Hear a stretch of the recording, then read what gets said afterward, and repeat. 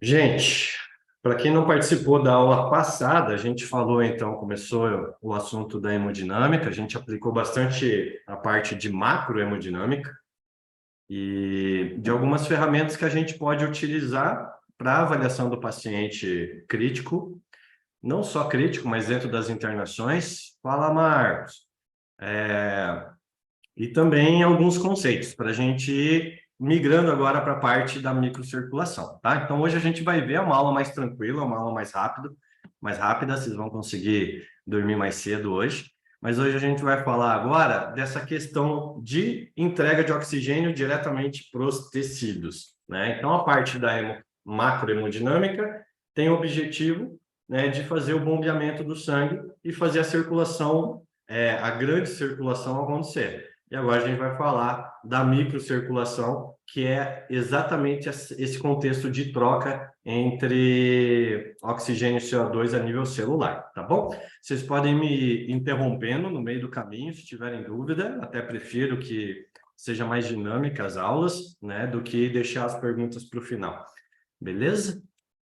Então vamos lá, o que a gente vai ver hoje? Um pouquinho do conceito, né, do que é essa perfusão tecidual e o mais importante, do que é a hipoperfusão tecidual.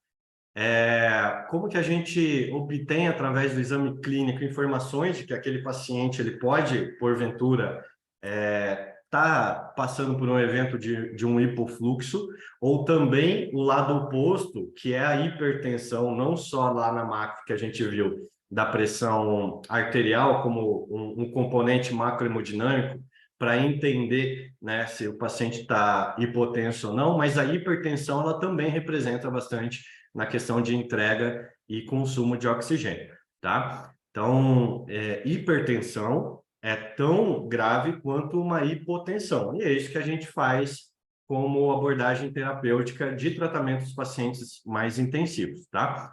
A gente vai falar um pouquinho do lactato, que vocês estão bem habituados, né? Já falamos muito do lactato como marcador perfusional também, e alguns dados que a gente pode extrair através da gasometria, né? Se eu tenho um leito arterial que me entrega bastante informação sobre como que está toda a parte do débito cardíaco, do delivery de oxigênio, né? E do consumo de oxigênio, e a gente compara isso com o leito venoso, a gente vai ter muita informação legal para extrair e entender um pouco mais sobre a perfusão tecidual dos pacientes, tá?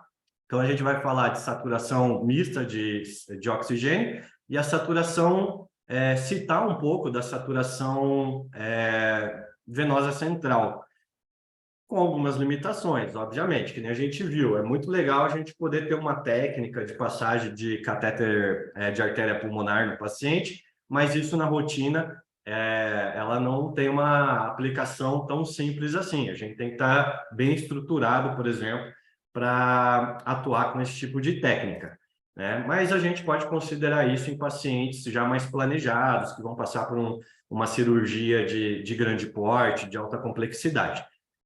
E vamos falar também da questão do gap de CO2.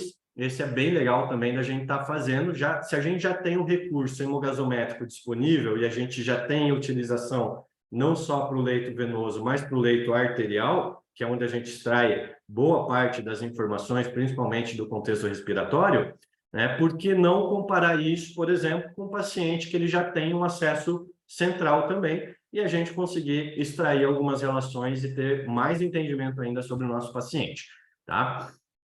Então, vamos lá. Falando um pouquinho do conceito, gente, e dando o foco na hipoperfusão, e não confundir com o contexto macro, né, de hipertensão, né, e hipotensão, as duas podem gerar uma hipoperfusão tecidual, é toda vez que eu tenho um desequilíbrio entre o contexto de entrega e o de consumo, né? E a gente revisando isso, mais uma vez, né, falando agora diretamente de entrega de oxigênio, e as equações, mais uma vez, sendo bem orquestradas aí nessa nossa dinâmica, o que é DO2? Ele vai ter aquela relação que a gente viu na semana passada entre essa macro, que é um componente macro, que é o débito cardíaco, né, com o conteúdo arterial de oxigênio. Aqui eu tenho informação demais através do recurso gasométrico né, onde a gente vai extrair informações de hemoglobina, de saturação do paciente. E o mais interessante, gente, a partir do momento que eu faço uma análise do leito venoso e não do arterial, eu vou ter essas mesmas informações, né? E é aqui que a gente vai conseguir saber alguns gaps e algumas variáveis que a gente vai estudar hoje, tá? Mas esse é o contexto da entrega de oxigênio e como objetivo principal.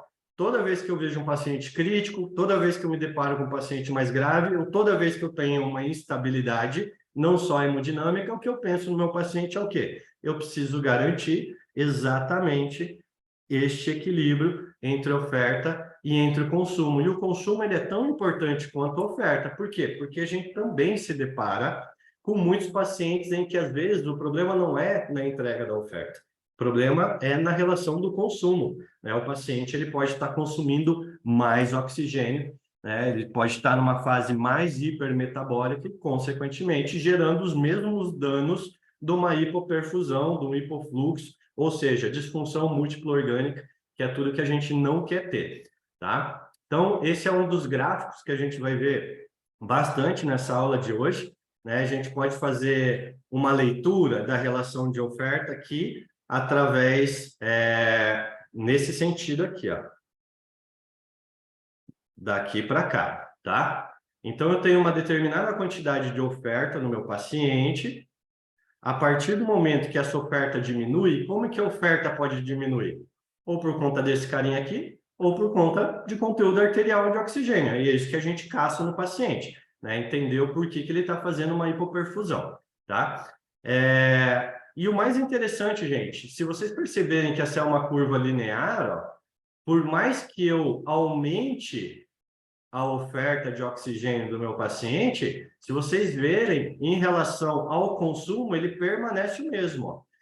Isso é importante para a gente entender que nem sempre eu tenho que só aumentar a oferta, só aumentar a oferta. Vai chegar um dado momento que, por mais que você melhore a entrega de oxigênio para o paciente, ele não vai ter mudança em relação à parte de consumo de oxigênio. E aqui é onde a gente começa a se preocupar, né? Aqui é onde a minha curva ela começa a ter uma queda. Se a oferta ela diminui, aqui, gente, eu tenho uma zona que a gente chama de DO2 crítico, ou seja, uma entrega crítica de oxigênio, tá? Esse é o perfil, geralmente, do paciente grave. É isso que a gente se depara no paciente de semi-intensiva, de UTI.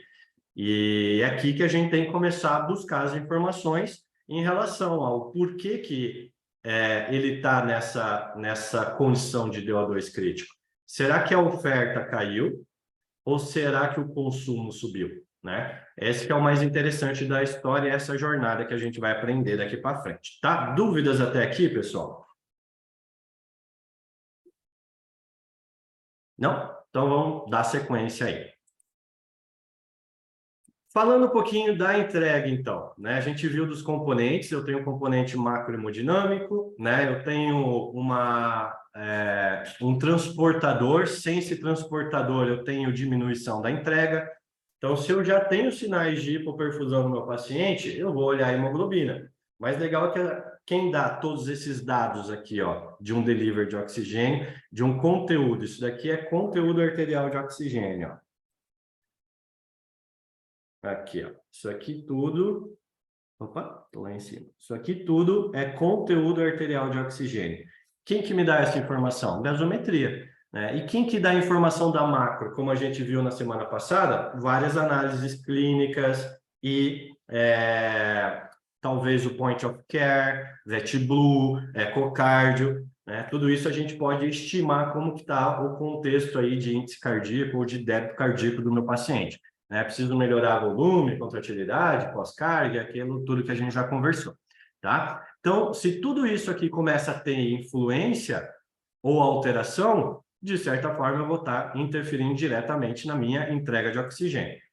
E na parte do consumo, gente, é a mesma condição. A macrohemodinâmica, ela tem influência também. Então, toda vez que eu ver fatores macro que estão interferindo diretamente na minha entrega, eu já estou pensando, está diminuindo a entrega desse paciente. eu já começo a subentender também que o consumo também está sendo prejudicado, porque a relação também é com essa macro e também com o conteúdo arterial de oxigênio. E aqui vale a pena, gente, a gente revisar um contexto bem legal, que é a curva de associação da oxihemoglobina, porque ela vai interferir diretamente em conteúdo, seja arterial ou venoso de oxigênio. Independente do leito que eu extrair, né, eu preciso ver que um desses fatores, que é a hemoglobina, e a hemoglobina a gente viu que tem uma relação muito grande lá na macro com quem? Com viscosidade, né? Interfere diretamente em hemodinâmica no meu paciente. Eu vou ter que achar aqui informações que podem estar levando o deslocamento dessa curva, seja para o lado onde eu perco a afinidade do oxigênio com a hemoglobina, que nesse caso é para esse lado aqui, e a gente chama de efeito Bohr, ou seja, a mesma condição aqui, por exemplo, de pressão de oxigênio, olha a saturação como diminui, né? Se eu tenho esses fatores envolvidos, quem que são? pH, 2,3-DPG, que é a proteína de ligação, temperatura do paciente e aumento da pressão de CO2. Pronto, o efeito Bohr instalou, deslocamento da curva para a direita. Eu já sei que vai ter influência em quem? Lá no consumo, no conteúdo arterial de oxigênio. Olha só, esse é o mais legal da hemodinâmica, que uma coisa começa a ter relação com a outra, e no final das contas, se a gente seguir toda essa aplicação de tudo que a gente discute constantemente, a gente vai ver que não tem tantas variáveis, né? É só a gente ter o entendimento de cada uma, a gente está dentro do contexto hemodinâmico do meu paciente. E o mesmo para o lado esquerdo, né? Se eu tenho deslocamento para o lado esquerdo, esse padrão também não é bom.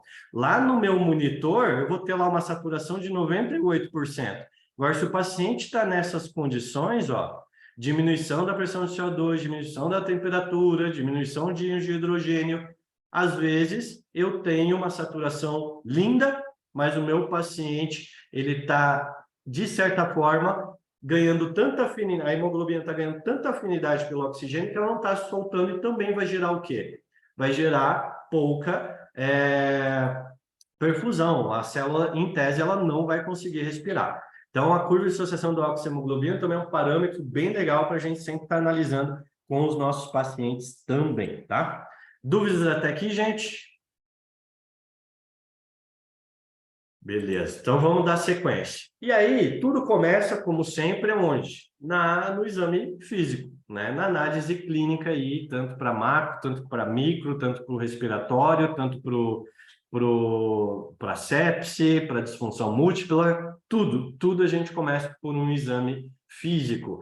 E o mais legal é que esses pacientes que estão em enfermaria, quando eles começam a ter alerta, quando eles começam a sinalizar qualquer disfunção, qualquer risco, qualquer possibilidade de descompensação a ponto de entrar na UTI, a UTI faz... A UTI que eu digo, gente, não necessariamente terapia intensiva com ventilação, com substituição renal, né, com hemodinâmica avançada, mas paciente grave de uma maneira geral, né? A gente recebe ele e a gente tem que fazer o quê? Deixar mais robusto a análise clínica desse paciente, né? Não pegar o mesmo padrão de monitoração de um paciente e botar dentro da unidade de cuidados intensivos, né? Eu pegar um paciente que tem alerta e eu revirar ele de focinho até o rabo, né, para entender todos esses conceitos. E tudo começa na avaliação física, né? Eu entender que existe essa relação entre oferta e consumo, né, e o que pode estar me dando como marcador ou como sinalizador de alerta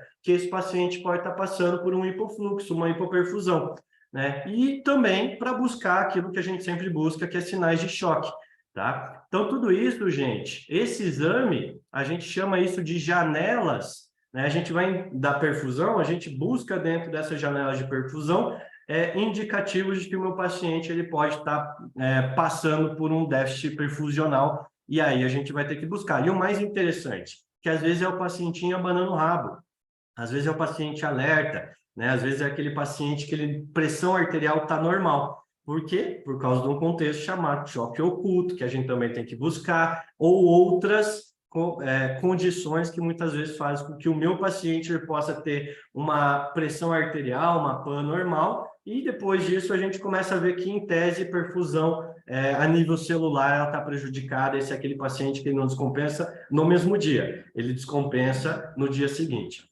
tá?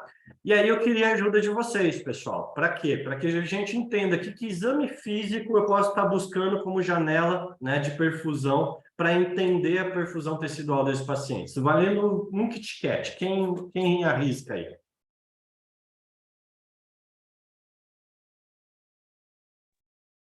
Eu vou esperar até alguém responder. Hoje eu não saio daqui enquanto alguém não responder. Tempo de preenchimento capilar. Boa, Marcelo. Perfeito. E o Marcelo já deu uma das principais janelas que, inclusive, a gente vai focar nela. O que mais, gente? TPC é uma análise fantástica para ver perfusão tecidual. Coloração de mucosa, então já dando, né, ainda mais uma complementação daquilo que o Marcelo trouxe. Movimento intestinal. Nossa, Marco, perfeito. Borburígio intestinal. Se eu tenho um déficit, seja macro ou micro, né, principalmente no cão, que sofre muito com compartimento abdominal, eu tenho lá hipomotilidade. Então, olha só, tudo isso que a gente está falando são análises já dentro da terapia intensiva que eu vou deixar. Eu não faço ausculta abdominal para borburígio intestinal, né? Mas o Marcos considerou um ponto importante, que se eu tenho algum indicativo de gravidade no meu paciente, já classifiquei ele como grave, é algo que eu vou considerar e adaptar dentro da minha rotina de monitoração do meu paciente dentro da terapia intensiva. Além de que hipomotilidade intestinal também corresponde com o quê, gente? Disfunção orgânica, né? Se a gente pegar lá o contexto de sepse, a gente vai ver que uma das análises que a gente pode obter como disfunção orgânica é através, né, da hipomotilidade, borburígmos intestinais e assim por diante. Show de bola, Marco. Quem mais, gente? Delta de temperatura? Perfeito, Manu. Delta de temperatura. Então, pensando numa resposta fisiológica, e isso é legal, gente. Porque se o meu paciente, às vezes a gente não dá tanta importância, mas se a gente for bem a fundo do porquê disso, a gente consegue ver o quanto isso traz de informação para a gente, né? E de gravidade também. Mas toda resposta fisiológica, o objetivo do organismo, ele tem uma resposta compensatória. Poxa, Daniel, mas daí no choque é descompensado. Não, às vezes o choque também traz uma fase inicial compensatória. Eu tenho quem? Pressão arterial normal, mas para a pressão arterial, para a linha central do paciente estar normal, eu tenho que estar fechando muito periferia, né? Então, essa variação entre o que é linha central e periferia é um bom indicativo de que meu paciente pode estar com déficit perfusional. Tem mais um que eu queria que vocês chutassem. Vocês fazem essa análise em alguns pacientes. Vamos tentar lembrar, gente. Todo paciente, aí vocês podem trazer um pouco para o contexto da hipotensão, né? O que uma hipotensão ela vai gerar com perfusão, né? Porque a perfusão tecidual ela está relacionada com macro e micro. Mas o paciente hipotenso, o que ele pode estar gerando? Quem acertar essa vai ganhar. Aumento do lactato. Lactato, isso é uma análise fantástica. Eu não coloquei ela, o Marco está certo, tá, gente? Eu não coloquei ela como exame físico, né? Porque ela é um contexto laboratorial. Mas se vocês forem ver muita literatura de hemodinâmica, ela entra como uma análise de exame físico mesmo, né? Mas o lactato, e a gente vai dar foco nele, perfeito, Marco, mas tem outra, que é uma análise clínica mesmo, um exame físico que a gente faz. Na pressão arterial? Pressão arterial entra, com certeza, componente macro. Ele, de certa forma, gente, vamos pensar o seguinte, toda variação hemodinâmica que gera hipoperfusão tecidual, ela gera o que em consequência? Uma compensação? Vai ter a resposta compensatória, mas de forma nociva para o organismo. Por que a gente não quer que a célula não respire, que os tecidos não A respirem? cianose. Oi? Cianose, mudança da coloração de mucosa. Vai ter mudança também, mas a nível orgânico. Vocês não concordam que gera disfunção orgânica? E lembra lá nas últimas aulas, a gente é caçador de disfunção orgânica. Pensem agora em disfunções orgânicas, um exame de monitoração que vocês podem fazer para avaliar uma disfunção orgânica. Ausculta, bradicardia. Frequência cardíaca. Ainda não é, Marco, mas também entra aqui. Por que frequência cardíaca? Macro. Lembra lá, macrohemodinâmica, a gente tem questão de quantidade, que a gente pode considerar o volume, e a gente tem questões de tempo, né? Análises temporais. A frequência cardíaca, ela é altamente responsiva a qualquer necessidade para melhorar quem? Débito cardíaco. Mas pense num órgão abdominal que começa a sofrer. Intestino. É um deles, falando de E o rim? utilidade. Quem mais? O Rim. rim. Rim, gente, perfeito. Diurese. Diurese. E é isso que a gente começa a tentar entender melhor a perfusão do meu paciente. Puxa, a diurese é marcador de hipoperfusão tecidual, hipofluxo? Ela é um sinalizador. Nenhuma dessas, gente, que a gente discutiu agora, elas vão ter 100% sinalizadores de marcadores de perfusão, hipofluxo no meu paciente. Mas elas são sinalizadores, elas têm que o quê? Se complementar. Então, eu estou melhorando quem? Estou melhorando a análise de monitoração do meu paciente mais grave. Por isso que nas UTIs, nas semi-intensivas, a gente precisa ter mais dedicação. Às vezes, um médico, ele tem que cuidar de 2, 3 pacientes, e olha só quanta análise ele tem que fazer. E ele vai conseguir cuidar daquilo. Ele não tem como cuidar de tudo junto, por isso que às vezes existe essa subdivisão, tá? Mas em tese, gente, toda vez que eu tenho uma disfunção em relação ao fluxo, o rim é um dos órgãos que sofre bastante também. E aí, se eu tenho uma condição renal desfavorável, meu paciente, lembrando, gente, como que eu posso adotar como medida de sinalizador a possibilidade do meu paciente estar gerando uma disfunção renal a ponto de estar entrando em uma insuficiência renal? Através da análise. Quem que analisa rim? Então, não vamos falar agora da anúria, da diurese do meu paciente, tá? Mas vamos falar agora de marcador de disfunção renal. É a create, né? Se eu tenho um paciente que ele tem uma create de 1,5, tá dentro? Tá dentro. Mas se essa create variar 0,3 no intervalo de 24 horas, já é um sinalizador de que esse paciente pode estar fazendo insuficiência renal. Isso é legal para a gente ver como disfunção ou sinalizador de insuficiência renal. E aí, toda vez que a gente vai avaliar o rim, obviamente, a gente não avalia só a creatinina, a gente não avalia só a ureia, a gente tem uma forma de entender se a perfusão renal está prejudicada e gerando o quê? Diminuição da taxa de filtração glomerular, de produção urinária. Então, a gente faz o quê como análise? A gente faz algumas monitorações que a gente já vai conversar também. Diga, Manu. Ah, não sei. Estou pensando aqui. Vamos lá, vamos pensar junto, mas em tese é isso aí. Agora, olha só, gente, o Marcelo falou um ponto importante, né, do TPC.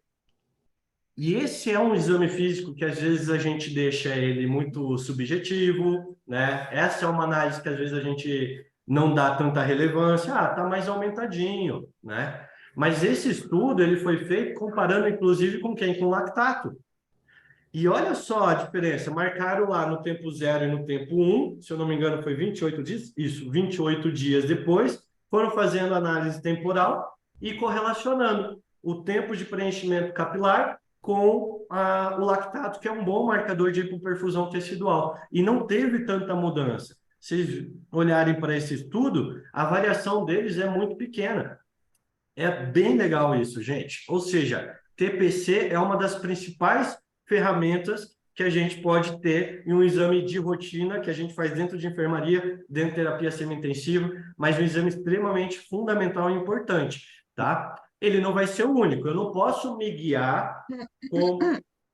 Oi, Elaine? Eu não posso me guiar, pessoal, uma reanimação volêmica, por exemplo, baseada no TPC. A gente sempre vai ter conjuntos, né? Vai associar outras informações, tá? Mas ele também tem relação com aumento de mortalidade. Então, tem estudo que correlacionou tempo de preenchimento capilar com mortalidade, né? Ou com aumento de disfunção orgânica. É um alerta. Atenção auxiliares, ou veterinários, ou trainees. Tempo de preenchimento aumentado, marcou lá na ficha, sinaliza, caneta marca texto, né? Ou é dentro do sistema, chama o veterinário, fala, olha, eu tenho TPC aumentado. Isso é importantíssimo, tá? Ele também, gente, traz aí a ideia para a gente de que quanto mais sustentado eu tenho isso ao longo do tempo, principalmente mais do que 6 horas, ele também serve como prognóstico. Tudo isso com embasamento científico, né? Ele também é um fator prognóstico. O meu paciente com TPC sustentado, ele aumenta mais a mortalidade, né? Ele tem um prognóstico mais desfavorável do que um paciente que não tem a TPC sustentada. Ela independe de parâmetros macrohemodinâmicos. Isso é muito legal, porque às vezes, lembrando lá que a gente pode estar numa correlação boa entre pressão arterial, o meu paciente ele está conseguindo garantir, em tese, a sustentação fisiológica, né, a tentativa de compensação orgânica, mantendo pressão arterial, mas eu posso estar nessa condição de hipoperfusão, ou seja, não tem relação direta com a macro. Né? Ela avalia bem microperfusão, mas não necessariamente tão bem a macro, tá? Não tem relação com a macro. Tem um cachorro aqui latindo, gente, que eu vou te falar. Se ele continuar, eu vou mudar de sala, tá bom? Vocês estão ouvindo muito o cachorro? Eu não ouvi nenhuma vez. Não? Tá. E não. Beleza. Então vamos embora.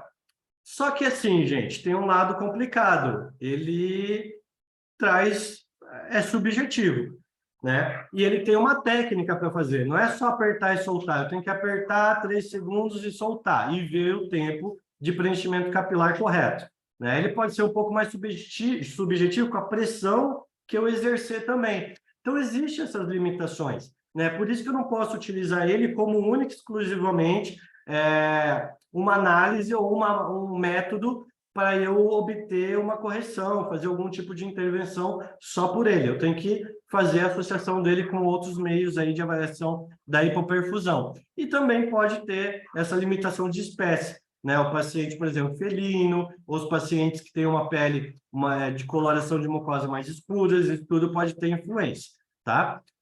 Mas por isso que a gente tem que sempre complementar com outras janelas de perfusão, como a gente citou. Uma delas é a diurese do paciente e a outra é nível de consciência. A gente esqueceu do nível de consciência. E essa análise é importante. Nível de consciência entra onde, gente? Entra em score de gravidade. A gente falou bastante já de nível de consciência como sinalizador. Até agora, a gente não está falando de nada, né, difícil de se aplicar e de obter informação, extrair informação sobre hipoperfusão do paciente, tá? Mas falando do contexto de diurese, o que a gente pensa, pessoal? A gente pensa que toda a questão que gera baixa perfusão renal vai gerar pouca produção urinária, pouca diurese.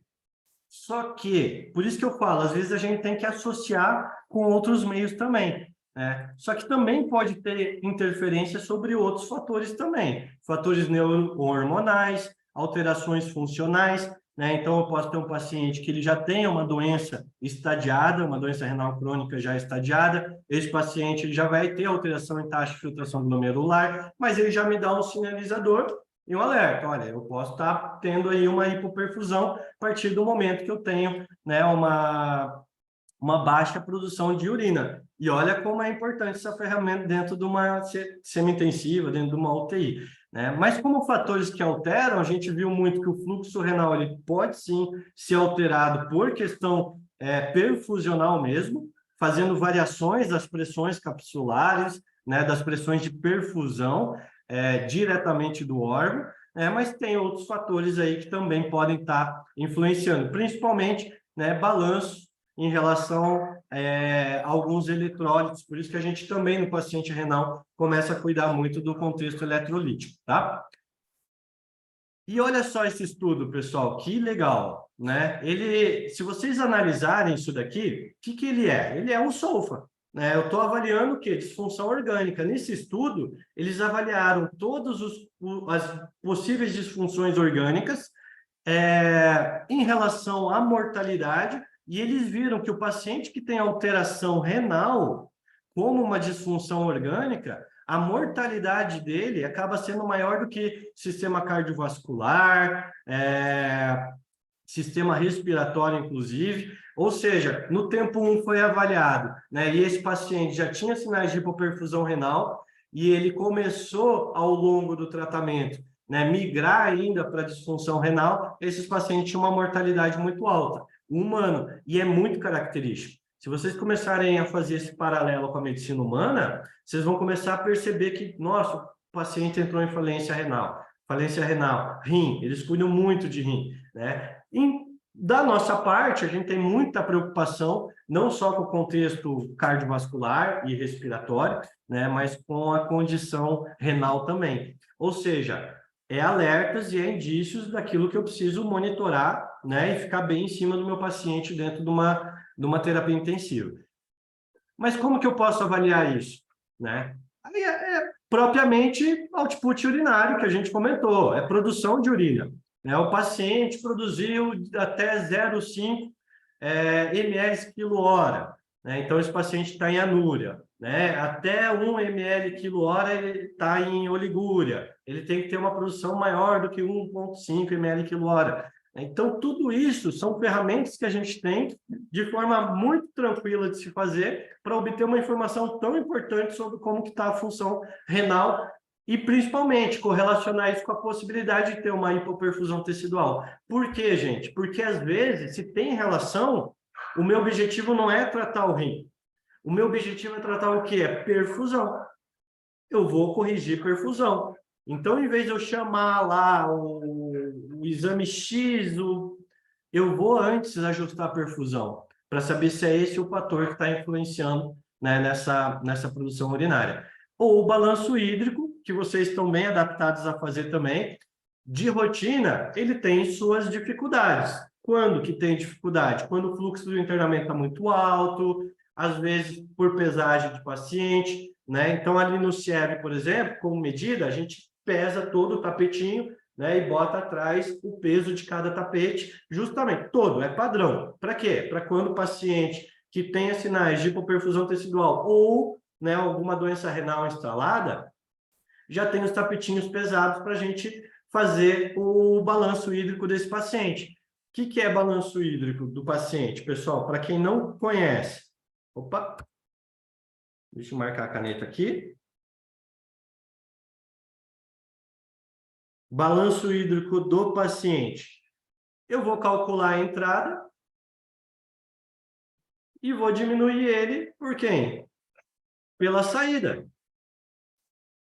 Então, o que eu vou calcular aqui, gente? Eu vou calcular fluidoterapia, eu vou calcular a nutrição do paciente, tudo que está entrando, tudo que é in.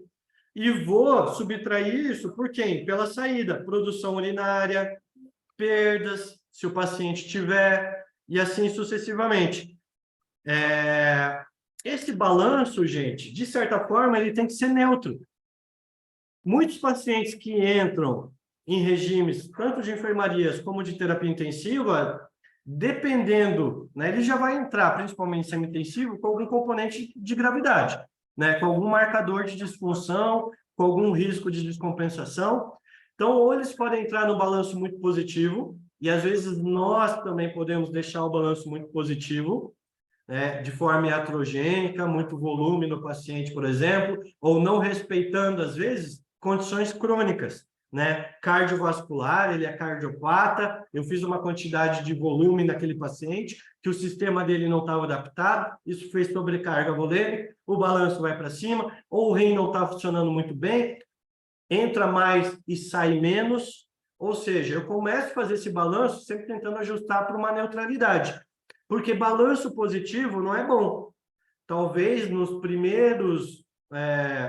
nas primeiras horas de hospitalização ele é legal, mas depois a gente tem que neutralizar. Se ele fica muito tempo, principalmente mais que 24 horas positivo, eu tenho muitos outros fatores que podem estar prejudicando esse paciente, principalmente compartimento abdominal no cão, compartimento torácico no gato, né? E às vezes é inflamatório o contexto. A gente não está visualmente vendo, ele não está com a pressão arterial lá em cima, né? Só que, em tese, ele é bem visual. Eu estou encharcando muitas vezes do intestino desse paciente. Então, essa neutralidade ela é importante. E marcador de perfusão também, ou sinalizador de hipofluxo do meu paciente, tá? E balanço muito negativo também é prejudicial, também causa o quê? Hipoperfusão, né? Diminuições das pressões de perfusão dos tecidos, né?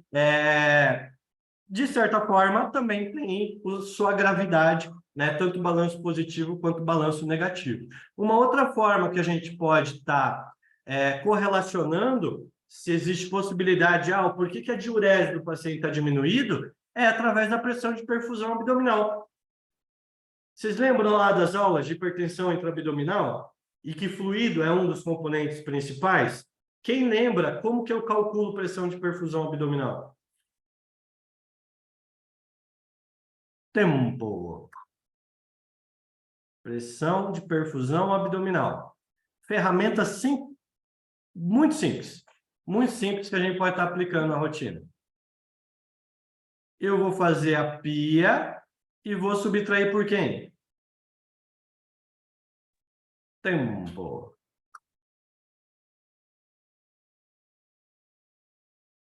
Quando vocês pensam, deixa eu ver se eu estou gravando essa aula, gente. Vocês estão me ouvindo? Estão me ouvindo? Sim. Ufa. Beleza. Ah, tá gravando. Eu acho que tá gravando, sim. Beleza. Eu acho que é a PAN, né? PAN, exatamente. Então, eu pego a pia menos a PAN, e aí eu tenho pressão de perfusão abdominal. Vai servir só para o rim? Não, mas ele é um sinalizador. Eu já estou desconfiado, suspeitando que esse paciente tem hipoperfusão. Produção urinária dele está muito baixa. Balanço hídrico do paciente, às vezes, está muito positivo. Poxa, está muito positivo, mas eu estou entrando de forma muito tranquila com o fluido. Está saindo menos, produção menos. Será que esse rim não está sofrendo? Sabe por quê, gente? Porque às vezes, não necessariamente a creatinina vai ser um marcador que vai estar dizendo para a gente, olha, o rim está em disfunção. Às vezes não, às vezes ela varia esse 0,3 e já tem um alerta, um indício de insuficiência renal, e ela estava 1,4, foi para 0,3, 1,7, está dentro ainda da referência, mas o rim não está conseguindo filtrar. Entenderam? Então a gente começa a pegar essas relações e fazer referência para eu entender melhor como está todo a perfusão de uma maneira geral. E é muito legal. Pressão de perfusão, gente, é muito legal. E é só eu comparar uma pressão arterial média com a pressão do compartimento. Ponto. Posso fazer isso no crânio, posso fazer isso no músculo, né, em membros, posso fazer isso no abdômen, através de uma coluna d'água. Às vezes o paciente já está sondado, e aí eu tenho uma análise extremamente importante, principalmente para outras alterações que a gente já vai ver daqui a pouco. Tá? Ou taxa de filtração glomerular. Como que eu analiso isso? Gente, o rim, ele é responsável pelo quê? Por excretar, e muitos disso são alguns solutos que a gente consegue mensurar. Por exemplo, um deles é a creatinina. Então, se eu faço uma comparação de creatinina sérica com creatinina urinária e mais, né, uma gama de peso do paciente influencia bastante, né, uma equação lá, eu tenho a taxa de filtração glomerular. Eu só não vou passar para vocês porque hoje tem um marcador que ajuda e auxilia nisso, que é a SDMA. Obviamente, talvez nesse momento, eu já estou inserindo aqui um especialista, porque a gente, dentro de terapia intensiva, de cuidados críticos, a gente trabalha de forma multiprofissional, multiespecialista. Talvez eu já inseri, mas também é uma análise para eu me basear e ter referência aí sobre como está a condição do paciente. O legal é que a SDMA, por alguns estudos, ele é muito precoce, né? E pode me dar indício do quê? Hipoperfusão. Mesma coisa, gente, sistema nervoso. A gente falou lá de boa gama dos exames físicos, até agora exame físico simples, né, que a gente pode estar considerando e tendo como marcador perfusional, mas esquecemos o nível de consciência. Mas o nível de consciência ele é um alerta importantíssimo. E não necessariamente, mesma coisa, vai estar direcionado só à hemodinâmica. Por isso que a gente tem que ter cautela. Ele auxilia, mas ele não está dando referência e direcionando. Pronto, esse cérebro, ele não está tendo oxigenação. Não, não é isso, é um alerta e a gente tem que complementar. O que a gente faz para complementar? A gente abre o leque da monitoração. Já tem um indício, eu vou atrás do rim e vou tentar entender. Diurese, vou fazer balanço. Se ainda não tiver informação suficiente, eu vou ver pressão intraabdominal, né? Pressão para tirar pressão de perfusão do abdômen, né? Ou eu vou chamar o nefrologista, eu vou pedir exame X, eu vou fazer eletrólito, eu vou rever a parte macro e micro hemodinâmica, vou extrair um lactato, ou seja, a gente já começa a pensar de uma forma mais geral. Tá? Mesma coisa para o sistema nervoso. Pode ser hemodinâmico? Com certeza. Paciente que chega rebaixado, gente, ele muitas vezes tem relação com questão hemodinâmica. Tanto para hiper quanto para hipo. Tanto na macro quanto na micro. Micro, a gente fala muito do quê? De oxigênio e CO2. CO2 é extremamente nocivo, principalmente a nível do sistema nervoso central. Hipotensão é extremamente nocivo, né? Então, ontem, a Andressa, Daniel, vamos discutir um caso, eu estou com um paciente assim, assim, assado, nível de consciência rebaixado. Olha a importância que ela já começou a dar para o paciente. Já estou buscando, já fiz o Glasgow, já fiz isso, já fui atrás dessa informação. Ou seja, abre o leque. No final das contas, entrou com o manitol, o paciente respondeu e não sei o quê, e vamos discutir mais, e não para por aí. Então, você pega uma informação, um detalhezinho, e você vai complementar ele com todo o resto. Isso que é o legal. Ah, mas um simples nível de consciência rebaixado? Puxa, se isso está gerando disfunção orgânica, principalmente por contexto hemodinâmico, não é só o cérebro que está com problema. Às vezes eu tenho um coração com problema, às vezes eu tenho uma sepse envolvida, às vezes eu estou fazendo outras disfunções orgânicas que a gente só vai ver aonde? Tempo de internação prolongado, ou o paciente às vezes até tem alta, né? E retorna depois com alguma disfunção orgânica, ou seja, a sobrevida do paciente diminuiu, né? Justamente por conta disso. Então, o sistema nervoso central é importante a gente gerar alerta. Mais uma vez, está no Quick SOFA, está no SOFA, né? Está nos scores de SIRS, né? Ampliação do SIRS para busca de disfunção orgânica.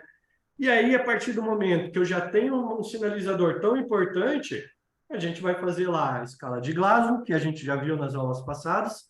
Se vocês lembrarem, a escala de Glasgow a gente vai utilizar porque ela é, em tese, ela é um marcador mais elaborado, né, para a gente obter informações do sistema nervoso central e ter mais do que o AVDN. A AVDN, a gente condiciona ele ali para a enfermaria, né, mas dentro de regimes de paciente grave, o Glasgow modificado, ele é mais elaborado.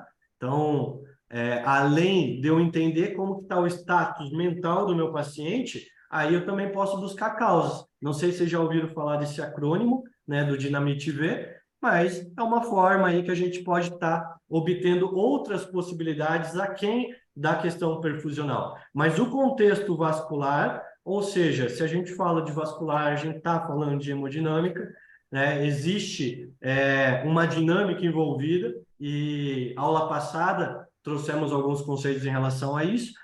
E, além disso, o objetivo principal é entender como está a pressão desse paciente a nível central.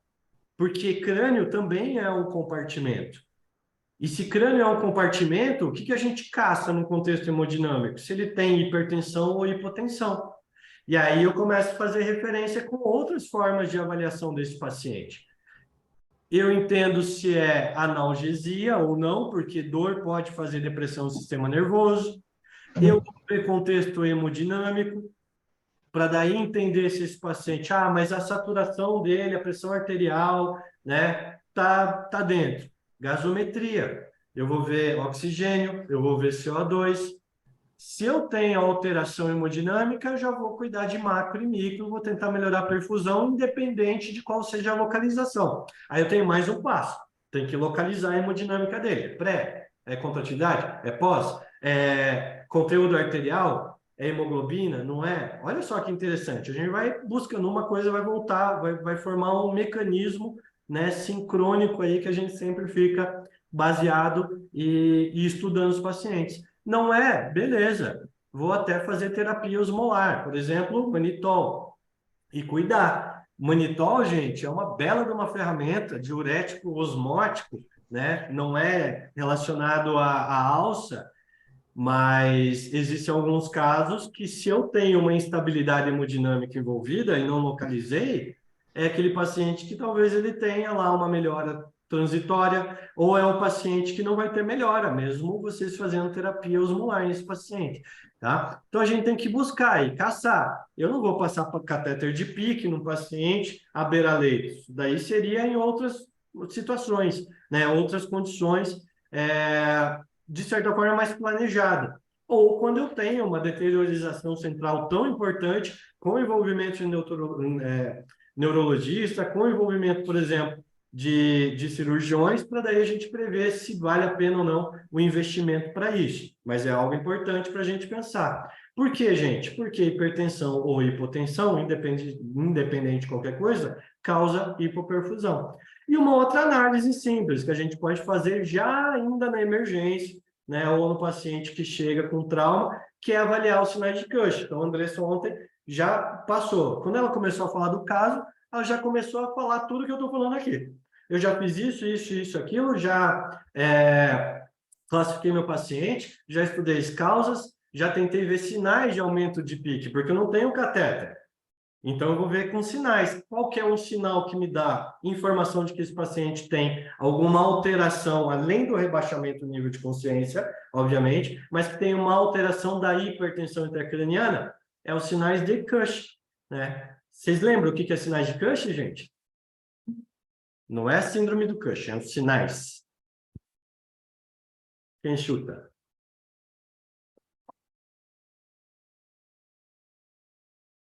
Tempo, valendo 2 Kit Kat.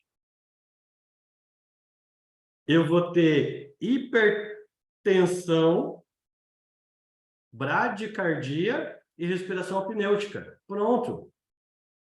Aí é um indicativo de que muitas vezes eu tenho aumento de pressão. Aí vale a pena a gente poder considerar muitas vezes uma terapia osmolar. Ou seja, é algo que a gente vai estudando e tendo referência ao longo do prazo. Ou chama um neurologista, ele ajuda, de certa forma. Mas o que eu quero chamar a atenção para vocês é que pense nessas duas principais situações aqui, ó. De todos os sinais de hipoperfusão, depressão, quando o paciente permanece muito tempo deprimido em relação ao sistema nervoso. Analgesia, importantíssimo. E cuidado, gente, analgesia não é sedação. Por quê? Porque sedação causa depressão no sistema nervoso central. Então, você vai ter lá uma análise, ou seja, uma escala alterada por conta de sedativo. E o paciente, gente, que tem muita sedação, lembra lá da regra dos 20? Às vezes, pessoal, a gente vai ter que cuidar da hemodinâmica, fazendo o que? Antagonismo, muitas vezes, de alguma sedação, para ver como que está o status mental dele. A gente vai, né, de certa forma, a gente vai entendendo os dois lados. Será que é isso que está causando, né, uma sedação ou nível de consciência rebaixado no meu paciente? Dúvidas até aqui, pessoal? E olha só, gente, a gente tem outros marcadores de perfusão tecidual. E agora a gente sai além da análise física, né, do exame físico do meu paciente, e a gente vai buscar marcador. Um dos melhores que a gente tem à beira-leito acaba sendo o lactato, né? Se vocês pegarem lá aquela nossa curva do DA2 crítico, né, conforme o consumo, a oferta vai caindo. Lembra lá a oferta? Ou é macro, ou é conteúdo arterial de oxigênio. Ou o consumo vai aumentando. Olha o que vai fazendo aqui o lactato. Olha a curva do lactato. Ela, quando chega no DO2 crítico, ela já começa a subir. Então, o lactato ele é um bom indicativo como marcador de perfusão. Puxa, mas ele pode estar aumentado? Pode, por isso que eu não uso ele isoladamente. E eu não vou direcionar a minha terapia, muitas vezes de reanimação ou de intervenção, com volume, com dobutamina, com noradrenalina, só baseado em lactato ou pressão arterial. Eu vou analisar outras questões também. Mas para vocês entenderem, eu tenho lá a glicólise, então a glicose entra na célula e a partir do momento que ela entra na célula, ela vai se transformar em piruvato. E o piruvato com o oxigênio, ele vai lá a nível mitocondrial fazer a respiração celular através do ciclo de Krebs e virar energia. Ponto, é isso. Mas o que é o lactato? O piruvato, gente, que não participa do ciclo de Krebs, ele vai virar lactato. Então, se eu tenho muitas vezes uma hipóxia tecidual no meu paciente, eu preciso disso para poder fazer o piruvato participar do ciclo de Krebs, e não tenho, ele em excesso, ele se transforma em lactato. Ponto. E aí o lactato, gente, aumentando é um marcador de perfusão, mas ele é só esse marcador de perfusão tecidual? Não. Ele também é fonte de energia, e esse é um ponto importante, né? Ele é fonte de energia, por isso que nem sempre ele é um sinal de hipoperfusão ou hipofluxo no meu paciente. O cérebro utiliza muito lactato. Se o cérebro utiliza muito lactato como fonte de energia, por exemplo, toda vez que o meu organismo é submetido a um estresse, o lactato aumenta. Metabolismo muscular, pode ter aumento de ácido láctico, não confundir com lactato, tá? Esse é um ponto importante. Mas o estresse, a nível central, ele pode fazer aumento do lactato, assim como outras situações que a gente já vai ver. Mas ele é um bom marcador para eu começar a me guiar e entender melhor alguns componentes hemodinâmicos que eu preciso ter como alerta e correção. Tá? Além disso, ele vai servir para quê? Para que eu guie a minha terapia como sinalizador, ou outras estratégias terapêuticas. Tá? Mas ele é uma boa fonte de energia para o cérebro. Em humano, gente, para vocês terem ideia, um humano que é submetido ao estresse, ele pode ter até 60%, né, de aumento do lactato por conta do estresse. E uma outra questão é que eu tenho influência diretamente por drogas vasoativas, né? Toda vez que eu faço alguma estimulação adrenérgica no meu paciente, a gente vai ver que ele também pode aumentar o lactato, esse é um ponto importante, e quando eu tenho contexto mitocondrial. A mitocôndria, a nível celular, é ela que é responsável pela respiração. Se ela, por algum motivo, seja lá intoxicação, né, seja lá outra questão, não consegue fazer essa troca, eu tenho um aumento do lactato. Por quê? Porque se ela não está respirando, eu não tenho participação direta lá no ciclo de Krebs, e em tese vai ter sobra aí de lactato, tá? Então, só lembrando que ele é um bom marcador, mas ele não pode ser só essa análise que a gente vai fazer para nos guiar, né, como meta de correção, principalmente no contexto de macro. Isso vai me dar um alerta bem importante, tá? E, como eu disse, quando a gente tem ação, por exemplo, de uma adrenalina, eu vou ter influência, né? Eu estou usando um beta-agonismo no meu paciente e vou ter influência direta em quem? Bombas de sódio e potássio.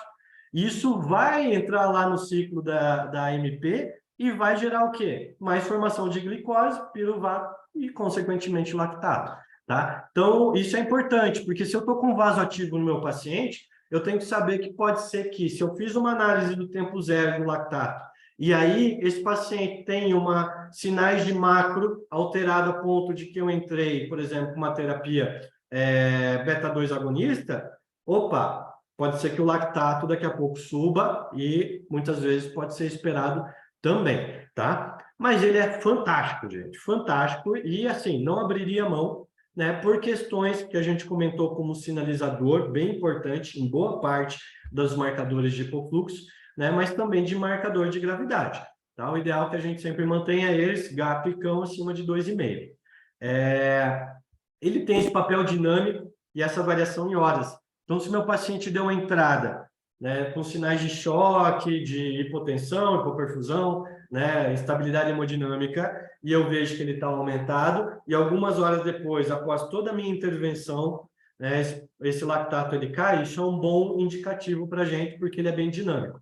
Pode ser feito à beira-leito, com custo muito reduzido, por isso que é uma estratégia muito legal para a gente usar, né? Mas também pode representar quando a célula não respira, né? Ou seja, metabolismo anaeróbico do meu paciente, né? Assim como instabilidade hemodinâmica, e é aquele sinalizador, né, de que alguma ação intervencionista eu vou ter que fazer nesse paciente. Não vou deixar o lactato quieto lá aumentado, falar, ah, não, mas ele pode ser o fígado dele, ele pode ser oncológico, né? Ele é um sinalizador, até que se prove ao contrário, eu vou caçar todas as possibilidades ali de intervenção para ele e fazer intervenção, correção para ele, né?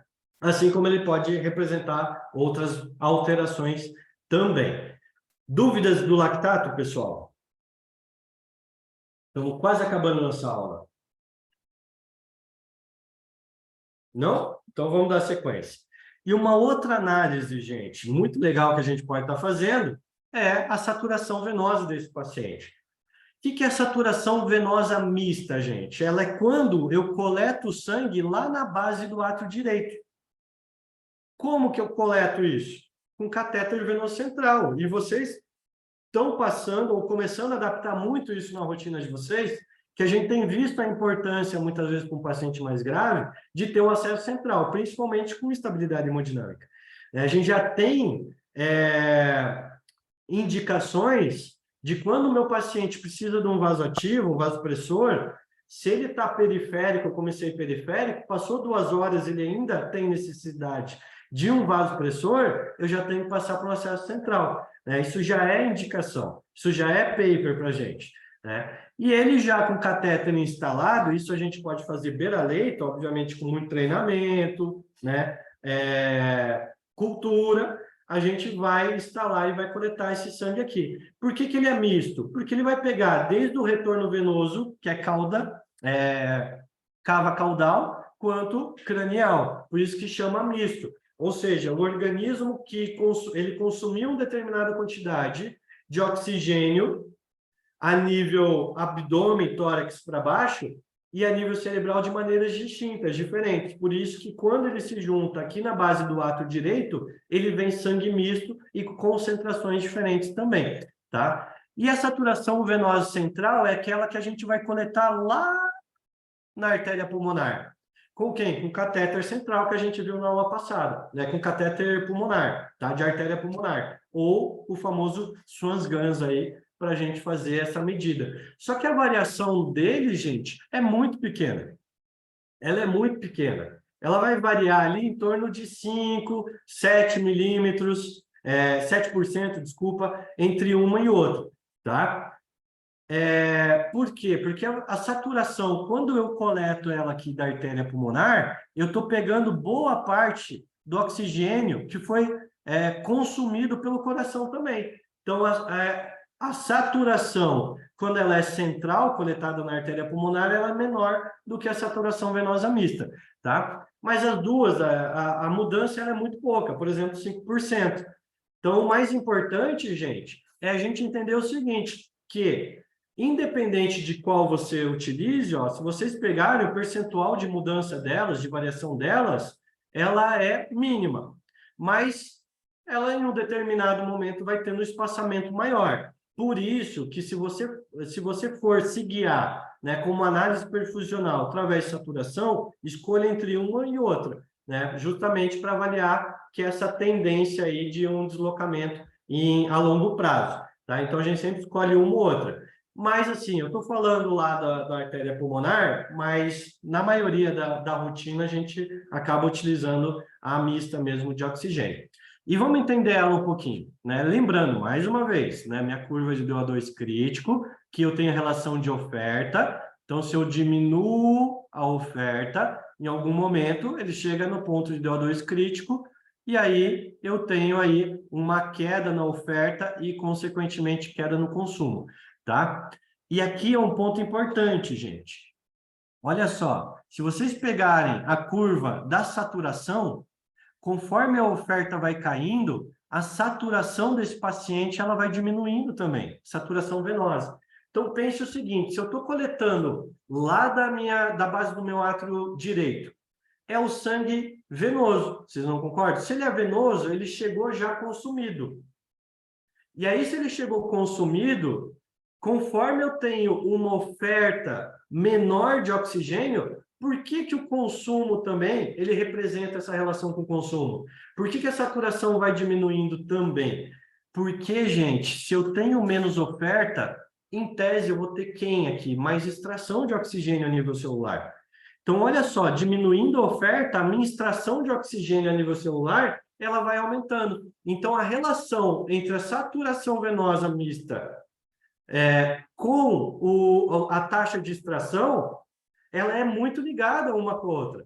Conforme a saturação desce, a taxa de extração vai aumentando à medida que a minha oferta de oxigênio vai sendo diminuída para o meu paciente. Em tese, né, para a gente entender essa consideração, essa relação entre oferta e entre a taxa de extração, se eu começar a extrair os conteúdos arteriais e venosos de oxigênio, eu vou ver que ela tem uma relação com extração de 1 para 1. Esse é um ponto bem interessante. E isso me leva a crer que o quê? Que a saturação venosa mista, ela sempre vai depender entre se eu diminuo a oferta, eu diminuo a saturação, ou taxa de extração. Se eu diminuo a oferta, a minha célula vai extrair mais oxigênio para poder ter manutenção orgânica. E aí eu tenho essas relações que a gente pode sempre estar vendo que uma depende da outra. Então, eu fiz lá a minha gasometria. Na gasometria, a gente vai ver lá quem? Saturação de O2. E eu vi que ela está muito baixa, eu vou pensar, pronto. Se eu sei que ela tem relação com taxa de extração ou com entrega, para ela estar baixa, eu vou me guiar aqui nessa curvinha e vou começar a ver se ela está baixa, porque minha oferta deve estar diminuída ou porque a minha extração está aumentando. Entenderam mais ou menos a dinâmica da saturação, gente? E um outro ponto importante aqui, bem legal para a gente ver, é que ela tem uma relação direta também, olha, com a extração, onde eu tenho um percentual de extração a nível celular de 25% e uma saturação em torno de 75%. É isso que a gente avalia onde? Lá na gasometria. Ele não vai ter a taxa de extração, mas a minha saturação estiver ali 75%, e é o que retorna em torno de 75%, eu sei que o meu paciente ele pode estar numa condição muito boa, com uma extração adequada, porque existe uma relação entre extração e saturação, tá? Agora, existem outros casos onde a extração vai estar tão aumentada, gente, que a saturação vai cair muito. Onde isso vai acontecer? Passando o DO2 crítico. E o organismo ele não pode parar de extrair, ele precisa de oxigênio. E quando ele extrair todo o oxigênio que ele puder, ele vai começar a fazer respiração anaeróbica. E, de certa forma, vai tentar sobreviver em algum ponto. Então, se a gente pega um paciente com lactato aumentado, saturação baixa, nossa senhora, ele deve estar num DO2 crítico, causando disfunção à torta e direito. E a nível de sepse também, onde eu tenho, muitas vezes, até entrega do oxigênio, só que a mitocôndria ela não quer respirar, ou em caso de intoxicação. A mitocôndria não quer fazer aquela troca, aquela manutenção, por isso que o lactato sobe, e o organismo, se o lactato sobe, ele já está me dando um indicativo de perfusão. Se é nível celular e nível mitocondrial, por mais que eu tenha glicose, né, mas eu não tenho ou entrega, ou por mais que eu tenha entrega de oxigênio, e por mais que eu chegue na cara da célula falando, olha, respira, mas o paciente está intoxicado, a mitocôndria não quer fazer a continuidade lá no ciclo de Krebs e transformar aquilo em energia, né? Então, aí eu tenho um outro problema. Eu posso ter uma relação, né, entre oferta, entre extração e saturação muito parecidas. Vamos entender um pouquinho melhor, tá? Principalmente com quem? A relação que eu tenho. A gente está falando de saturação venosa, que é a coleta lá na base do átrio direito, através do meu catéter central. Mas se eu coleto no leito arterial, ele vai me dar quem? A saturação a nível arterial. E eu lembra que a gente falou que existe uma relação de extração em torno de 25%? Então, quanto que é a saturação do meu paciente se eu passo ele a nível arterial? Lembra na última aula que é muito parecida com quem? Com a oximetria de pulso? Varia bem pouquinho?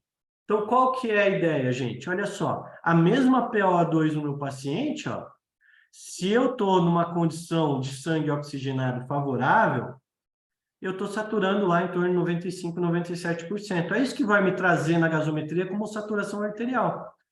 E se eu tenho uma extração dessa saturação de 25%, o sangue venoso ele tem que chegar a quanto? eu sei que a minha PO2 extraiu. Se eu pegar lá 100 milhões de mercúrio e extrair 75% dele, se eu pegar a minha saturação lá no leito arterial, extrair, desculpa, 25%, né, da PO2, 25%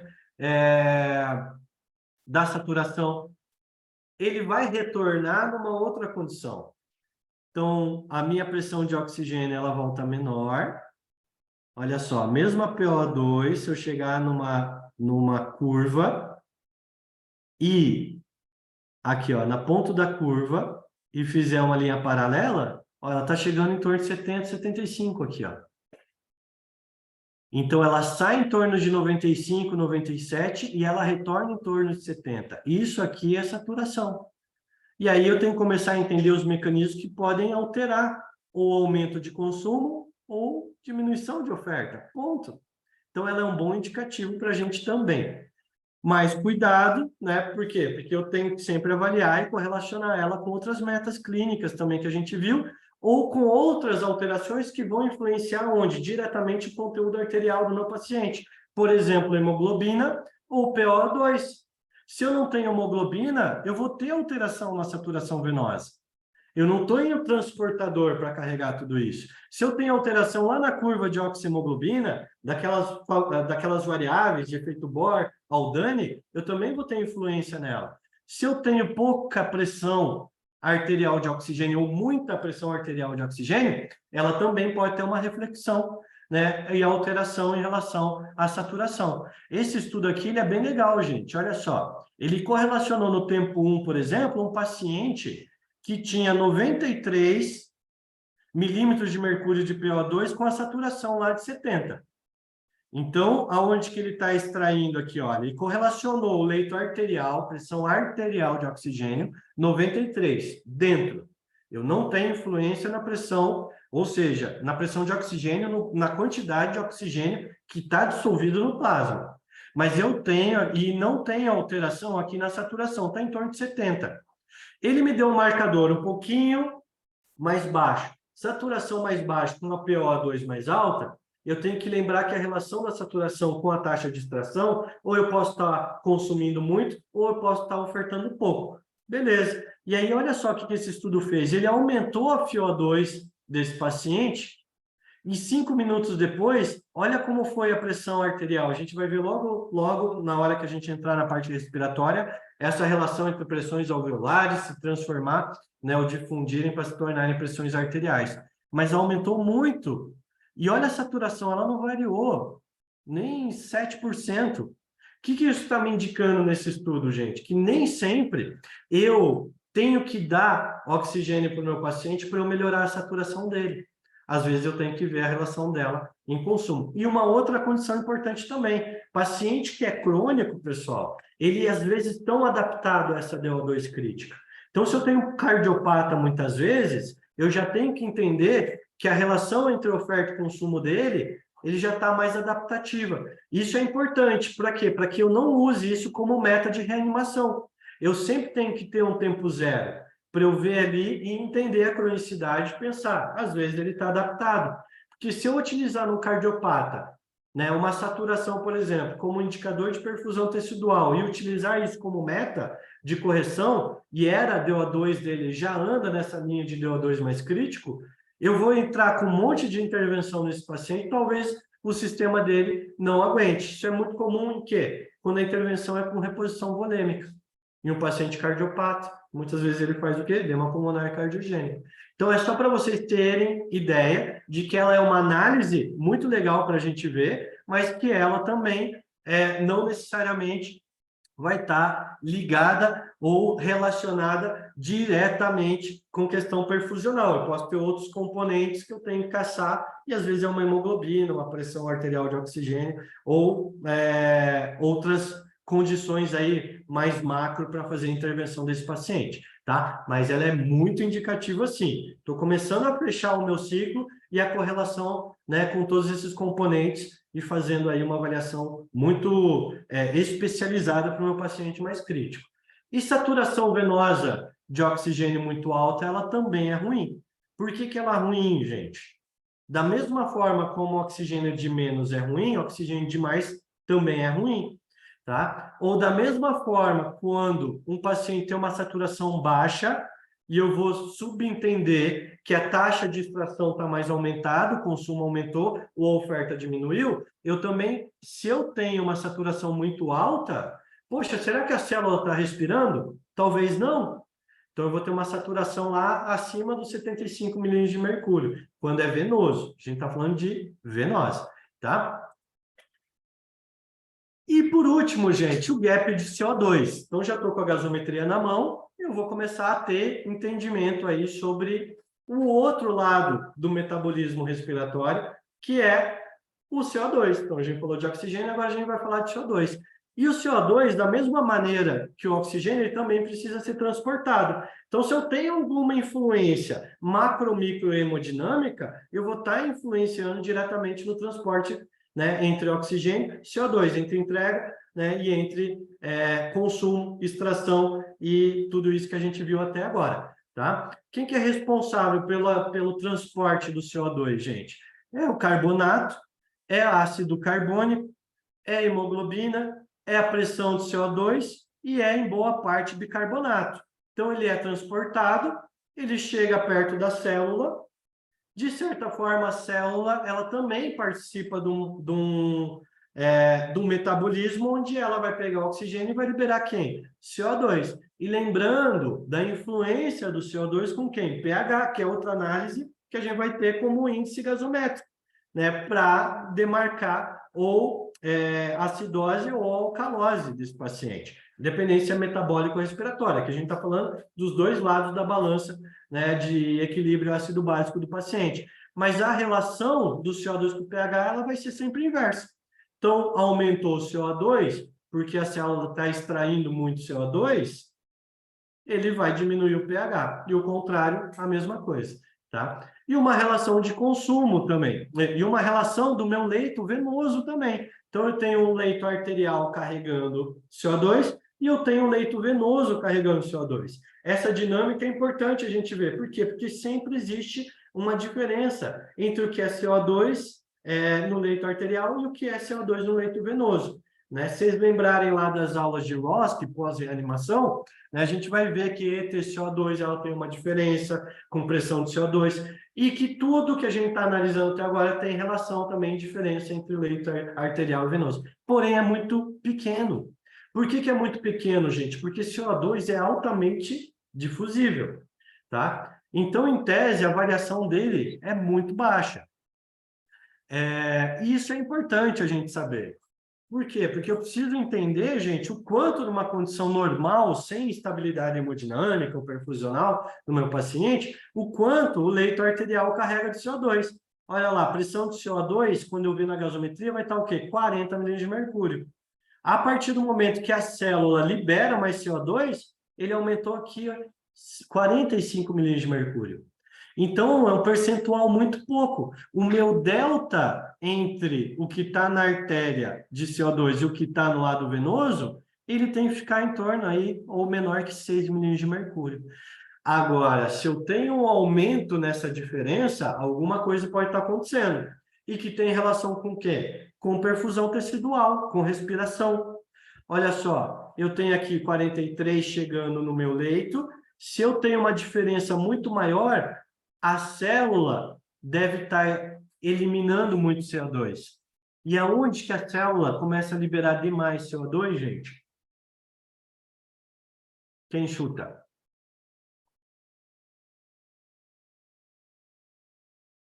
Em anaerobiose, em respiração anaeróbica, gente. Ela começa a liberar muito CO2, ou seja, o gap de CO2, quanto mais aumentado, acima de 6 milímetros de mercúrio, ou seja, o CO2 que eu medi na gasometria arterial, com o CO2 que eu medi lá na minha gasometria venosa por acesso central, e quanto mais espaçado, isso me indica, gente, uma condição de hipofluxo.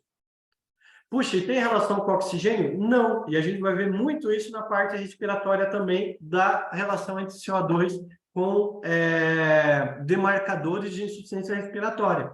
Que a gente vai ver que ele não tem influência quando o contexto é hipoxemia. Por quê? Porque hipoxemia vai me gerar deltas de variações de oxigênio, mas o CO2 não, porque ele é altamente difusível, ele se transporta entre leito arterial e venoso, né, muito bem. Então, toda vez que a célula respira mal por uma hipoperfusão, eu tenho um aumento de delta, tá? E olha só, esse é um estudo que demarca muitas vezes que o DO2 ele não vai ter influência, gente, quando eu tenho sinais de hipoxemia. É mais quando está relacionado com quem? Com hipoperfusão mesmo, tá? Ela é uma variação importante. E além disso, gente, eu consigo ainda correlacionar ela ou corrigir ela com o conteúdo arterial e venoso de oxigênio, que tem alta relação ou familiaridade com quem? Com entrega de oxigênio, tá? Se eu tenho um delta de conteúdo aumentado, eu já sei que eu tenho isso com um marcador hipoperfusional, provavelmente a célula não está respirando, está liberando lá CO2, então essa variação aumenta, né? Mas eu também posso ter uma relação junto e associado com quem? Com aumento ou diminuição do consumo também de oxigênio. E aí, essa relação que a gente faz, ela tem que estar abaixo de 1. Se ela está acima de 1, alguma alteração, seja na produção, seja no consumo, está correlacionado com quem? A anaerobiose, ou seja, deficiência entre produção ou consumo de oxigênio do meu paciente. Ou seja, eu consigo correlacionar os dois lados, inclusive. Esse é o lado legal aí da gente sempre estar tendo os dois leitos como extração e análise perfusional do paciente. Então, como resumo, tá, gente? Um quadrinho aqui. Se eu tenho alguma disfunção macrohemodinâmica, muitas das vezes eu vou ter um marcador de perfusão, mas que também está relacionado com o macro, ou seja, às vezes o sangue não está chegando. Por mais que ele tenha conteúdo arterial de oxigênio suficiente, às vezes o sangue não está chegando. Então, ele pode ser um sinalizador de macrohemodinâmica também, né, com uma saturação venosa baixa. Se a saturação venosa cai, é porque o sangue não está conseguindo chegar na célula, nesse contexto macro, a célula não está conseguindo respirar, e a relação entre a saturação está ligada diretamente com quem? Com o aumento da extração. Ou seja, a célula aumenta a extração do oxigênio que está disponível, ela vai consumindo isso para poder sobreviver, né? E a saturação, em tese, ela vai caindo, ou muitas vezes a célula vai utilizando o máximo que ela pode da saturação, né, do oxigênio que está disponível e consome esse oxigênio, tá? E o delta de PCO2, muitas vezes nessa condição macro, ele pode estar aumentado. Então, eu tenho o CO2 saindo, de certa forma, lá, 40, 45 milímetros de mercúrio. Se ele não está chegando a nível tecidual, gente, o que acontece com a célula? Ela vai produzir CO2.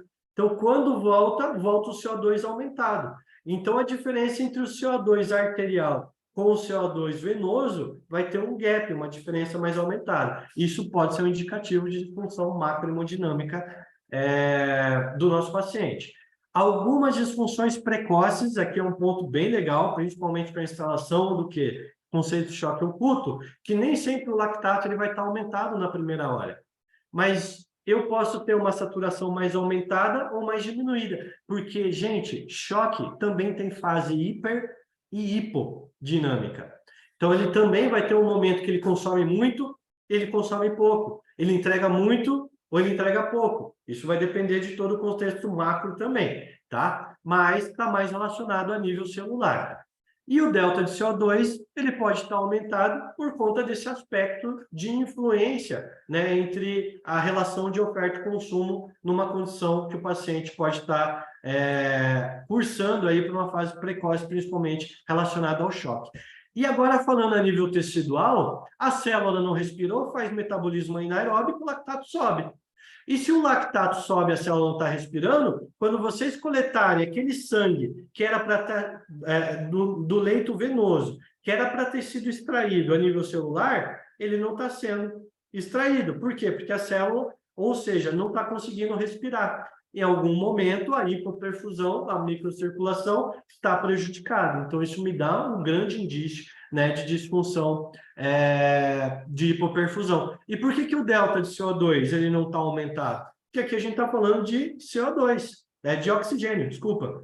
O CO2, ele vai transitar, a célula vai continuar liberando, então eu posso ter um CO2 aparentemente normal, né? Sem nenhuma alteração. Agora, a diferença entre o delta de CO2 e o conteúdo arterial e venoso de oxigênio, ela vai estar aumentada. Por quê? Porque eu vou ter provavelmente pouca entrega de oxigênio. Então, essa diferença entre CO2 e oxigênio começa a se espaçar. E quando eu tenho contexto macro e tenho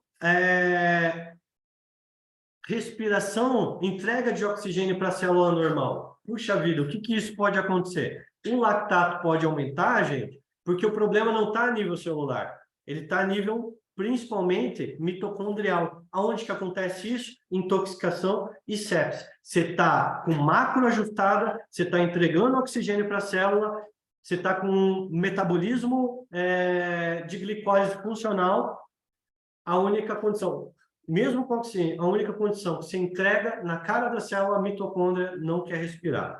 Aí é um fator que muitas vezes você vai ter macro e aerobiose adequada e mesmo assim esse paciente ele não está conseguindo respirar. O lactato sobe, a saturação sobe porque não está tendo respiração celular por conta da mitocôndria. Mesma coisa, CO2 cai, a gente está falando de oxigênio, então o CO2 continua sendo produzido, né? Em baixa quantidade, não tanta quanto eu tenho uma hipoperfusão diretamente ligada, e aí eu vou ter um delta de CO2 com conteúdo totalmente diminuído, porque, de certa forma, eu não estou tendo respiração celular. Gente, dúvidas até aqui? É isso. Vamos lá, gente. Alguém ficou com alguma dúvida da aula de hoje? Deu certo, acho que estamos dentro do intervalo, dentro do período. Deu para entender um pouquinho de perfusão? Alguém tem alguma dúvida? Senão a gente finaliza a aula. Daí na semana que vem, pessoal, a gente vai começar a falar um pouquinho de rotina, tá? Falar da parte nutricional. Eu quero trazer para vocês também algo relacionado à parte de sedação, analgesia em UTI. E depois a gente entra no respiratório e vai algumas aulas até cair na ventilação mecânica. Deixar bem ajustadinho na hemodinâmica, rotinas e ventilação mecânica. Beleza, gente? Tranquilo, então? O Fran respondeu. Marcelão, tudo certo? Beleza. Fechou. Obrigada, Dani. Boa noite. Valeu, gente. Bom descanso para vocês. Obrigado por estarem participando, né? Sei que é um conteúdo um pouquinho mais chatinho, mas eu acho que lá na frente isso vai trazer, né, algumas coisas novas, algum conhecimento novo para vocês. Beijo no coração de vocês. Boa semana para todo mundo. Até semana que vem. Tchau.